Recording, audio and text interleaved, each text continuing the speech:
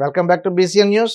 అంతర్జాతీయ యోగా దినోత్సవాన్ని పురస్కరించుకొని కాకినాడ నగరపాలక సంస్థ, జిల్లా ఆయుష్ శాఖ సంయుక్త ఆధ్వర్యంలో కాకినాడ గాంధీనగర్ పార్కులో యోగాంధ్ర కార్యక్రమం ఘనంగా నిర్వహించారు. ఈ యోగా సాధన కార్యక్రమానికి Kakinada urban development authority chairman Talatam Naga Venkata Satyanarayana, municipal commissioner NVV Murthy, జిల్లా ఆయుష్ అధికారి డాక్టర్ ఎంఎస్ ఆలీలు ముఖ్య అతిథులుగా హాజరై స్వయంగా యోగా సాధన చేశారు. తొలుత పతంజలి యోగా సమితి గురూజీ పాగనంద్ మహర్షి పతంజలి చిత్రపటానికి పుష్పాంజలి ఘటించారు. బ్రహ్మకుమారి పతంజలి యోగా సమితి సంయుక్త ఆధ్వర్యంలో నిర్వహించిన ఈ కార్యక్రమంలో సుమారు 450 మందికి పైగా యోగా అభ్యాసకులు, నగరవాసులు పాల్గొని ఉత్సాహంగా యోగాసనాలు వేశారు. ఓపికగా దీన్ని అంగీకరించినటువంటి పరిస్థితి ఎందుకు వచ్చింది అని చెప్పంటే, ఆరోగ్యం అనేటటువంటిది చాలా అవసరం. Yoga is an alternative medicine. Alternative మెడిసిన్గా మనం యోగాని కనుక చేసుకున్నట్లయితే మెడిసిన్ యొక్క అవసరం కూడా రానటువంటి పరిస్థితులను మనం తెచ్చుకోవచ్చు. క్రమశిక్షణ గల కార్యకర్తలు ఉన్న ఏకైక పార్టీ తెలుగుదేశం పార్టీ అని టీడీపీ తాడేపల్లిగూడెం నియోజకవర్గ ఇన్ఛార్జ్, భవన నిర్మాణ కార్మికుల సంక్షేమ బోర్డు చైర్మన్ వలవల బాబ్జీ అన్నారు. పశ్చిమ గోదావరి జిల్లా తాడేపల్లిగూడెం మండలం నవాపాలెంలో మండల పార్టీ అధ్యక్షుడు పరిమి రవికుమార్ అధ్యక్షతన సమావేశం జరిగింది. ఈ కార్యక్రమానికి ముఖ్య అతిథిగా వలవల బాబ్జీ హాజరయ్యారు. తొలుత ఎన్టీఆర్ చిత్రపటానికి పూలమాలలు వేసి నివాళులు అర్పించారు. ఆయన మాట్లాడుతూ 20 సంవత్సరాల నుండి నియోజకవర్గంలో టీడీపీ ఎమ్మెల్యే లేకపోయినా పార్టీని కార్యకర్తలు ఎంతో సమర్థవంతంగా నడిపిస్తున్నారని తెలిపారు. కష్టపడిన ప్రతి ఒక్కరిని పార్టీ గుర్తిస్తుందన్నారు. ఇచ్చిన ప్రోగ్రాం ప్రకారంగా మనం నడుచుకుంటూ ఉన్నాం. నేను చూశాను, క్రమశిక్షణ కలిగిన తెలుగుదేశం పార్టీ కార్యకర్తల 22 సంవత్సరాలుగా ఎమ్మెల్యే ఇక్కడ లేకపోయినా మరి ప్రతిసారి పార్టీ ఏ కార్యక్రమం ఇస్తే ఆ కార్యక్రమాన్ని విజయవంతం చేసే సుక్షితులైన నాయకులు, కార్యకర్తలు కలిగిన పార్టీ తాడేపల్లిగూడెం నియోజకవర్గ తెలుగుదేశం పార్టీ. దాదాపు 4000 పైబడి కార్యకర్తలు కలిగిన పార్టీ తాడేపల్లిగూడెం నియోజకవర్గ తెలుగుదేశం పార్టీ. 4000 ఉన్నప్పుడు నేనేం దేవుణ్ణి కాదు. కొంతమంది నన్ను కూడా వ్యతిరేకించవచ్చు. నేను కాకపోతే వేరే ఎవరైనా వస్తే ఆయన పేరు చెప్తారు కానీ నా పేరు చెప్పరు. ఆ వేళ పార్టీ ఇచ్చిన పదవిని సద్వినియోగం చేసుకుని మనం ఎదరికెళ్తే మనం నిలబడతాం. అంతే, అది దుర్వినియోగం చేసిన రోజున వీడెవడరా వచ్చాడు, ఎందుకు పనికిరాడు అనిపించుకునే విధంగా మనం పనిచేస్తే మనం ఎందుకు పనికిరాం. ఇది మనం అందరం కూడా తెలుసుకోవాలి.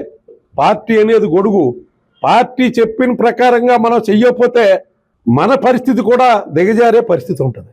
మరి ఇన్ని కార్యక్రమాలు ఉంటూ శుక్రవారం నాడు గ్రీవియన్స్ పెట్టమంటున్నారు. శుక్రవారం నాడు గ్రీవియన్స్ పెట్టకపోతే షోకాజ్ నోటీస్ వస్తుంది.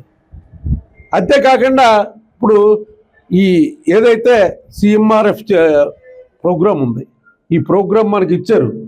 మనం సద్వినియోగం చేయాలంటే మనం తయారైన తీసుకుని వెళ్ళి అక్కడ బాధ్యతగా మనం సబ్మిట్ చేయాలి. ఆ సబ్మిట్ చేసిన తర్వాత ఫాలోఅప్ చేయాలి కూడా ఉండాలి. లేకపోతే మరి నెల రోజుల్లోనూ చెక్కులు వచ్చేయడానికి అవకాశాలు ఉండవు. ఆ అవకాశాల కోసం అనేక దఫాలుగా మరి విజయవాడ తిరగడం జరుగుతూ ఉంది.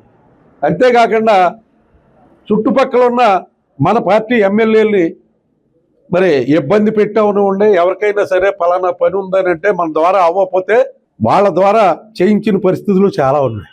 పని చేసేవాడు ఎవరో, పని చేయనివాడు ఎవరో అనేది నాకు కూడా బాగా గుర్తింపు ఉంది.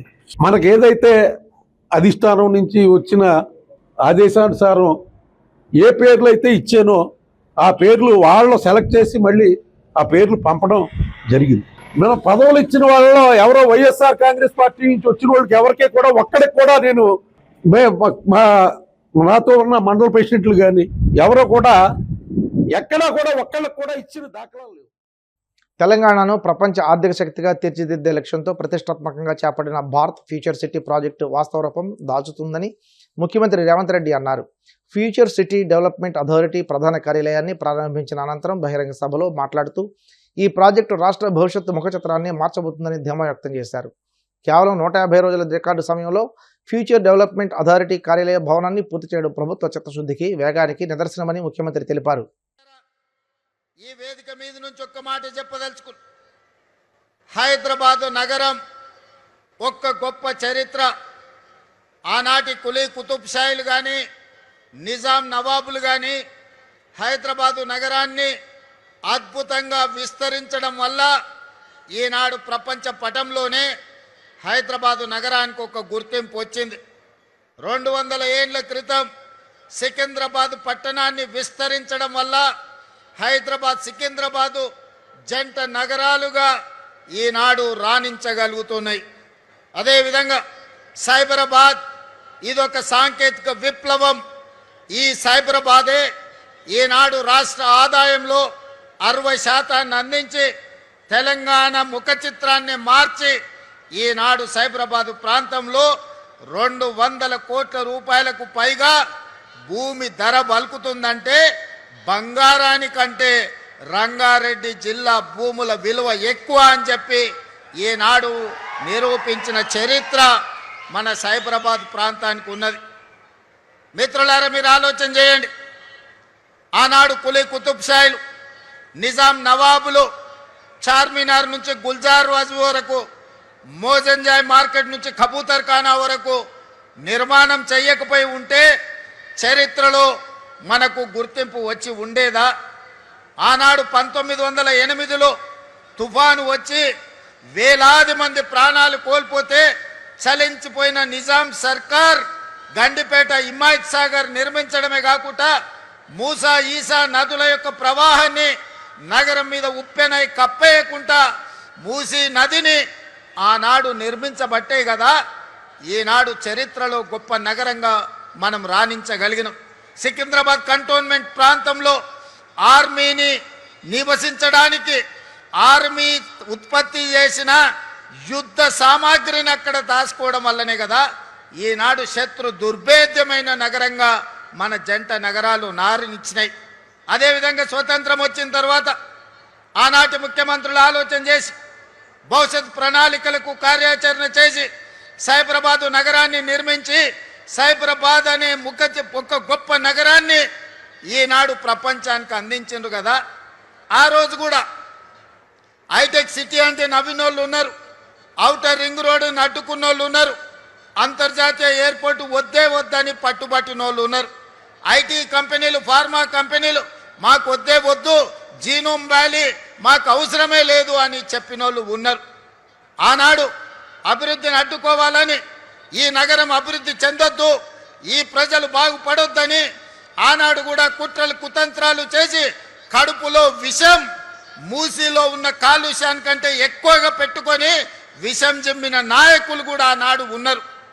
కానీ ఆనాటి ముఖ్యమంత్రులు ఔటర్ రింగ్ రోడ్ కానీ, హైటెక్ సిటీ కానీ, అంతర్జాతీయ ఎయిర్పోర్ట్ కానీ, ఐటీ కంపెనీలను కానీ, జీనోమ్ వ్యాలీని కానీ, మైక్రో ఇన్ఫోసిస్, గూగుల్ లాంటి సంస్థలను తేకపోయి ఉంటే ఈనాడు 10 లక్షల మంది తెలంగాణ యువకులకు ప్రపంచం నలుమూలల ఐటీ నిపుణులుగా రాణించవాళ్ళ ఒక్కసారి ఆలోచన చెయ్యండి. వార్తలు ముగించే ముందు ముఖ్యాంశాలు మరోసారి. బాధిత కుటుంబాల ఓదార్పులను ఓట్ల రాజకీయం చేయడం గొడ్డలిపాటి నయ్యానికి నిదర్శనం. వైసీపీ నేతల తీరుపై మండిపడ్డ మంత్రి కొండపల్లి శ్రీనివాస్.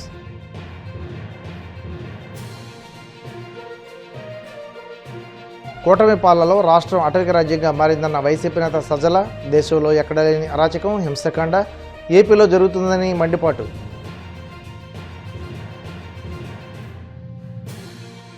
ఒంగోలు కలెక్టర్ క్యాంప్ కార్యాలయంలో వికాసిత్ భారత్ స్వర్ణాంధ్ర కార్యక్రమం. జిల్లాలో అభివృద్ధి పనులపై సమీక్షించిన 20 సూత్రాలు. అమలు కమిటీ చైర్మన్ లంకా దినకర్. హైదరాబాద్ను ప్రపంచ ఆర్థిక శక్తిగా తీర్చిదిద్దుతామని తెలంగాణ ముఖ్యమంత్రి రేవంత్ రెడ్డి ప్రకటన. అభివృద్ధిని అడ్డుకుంటున్నారంటూ బీఆర్ఎస్పై తీవ్ర విమర్శలు. ఈ వార్తలు ఇంతటితో సమాప్తం. మరిన్ని వార్తల కోసం BCN digital YouTube channel, Facebook page follow అవ్వండి. అప్డేట్ వార్తల కోసం ప్లీజ్ సబ్స్క్రైబ్.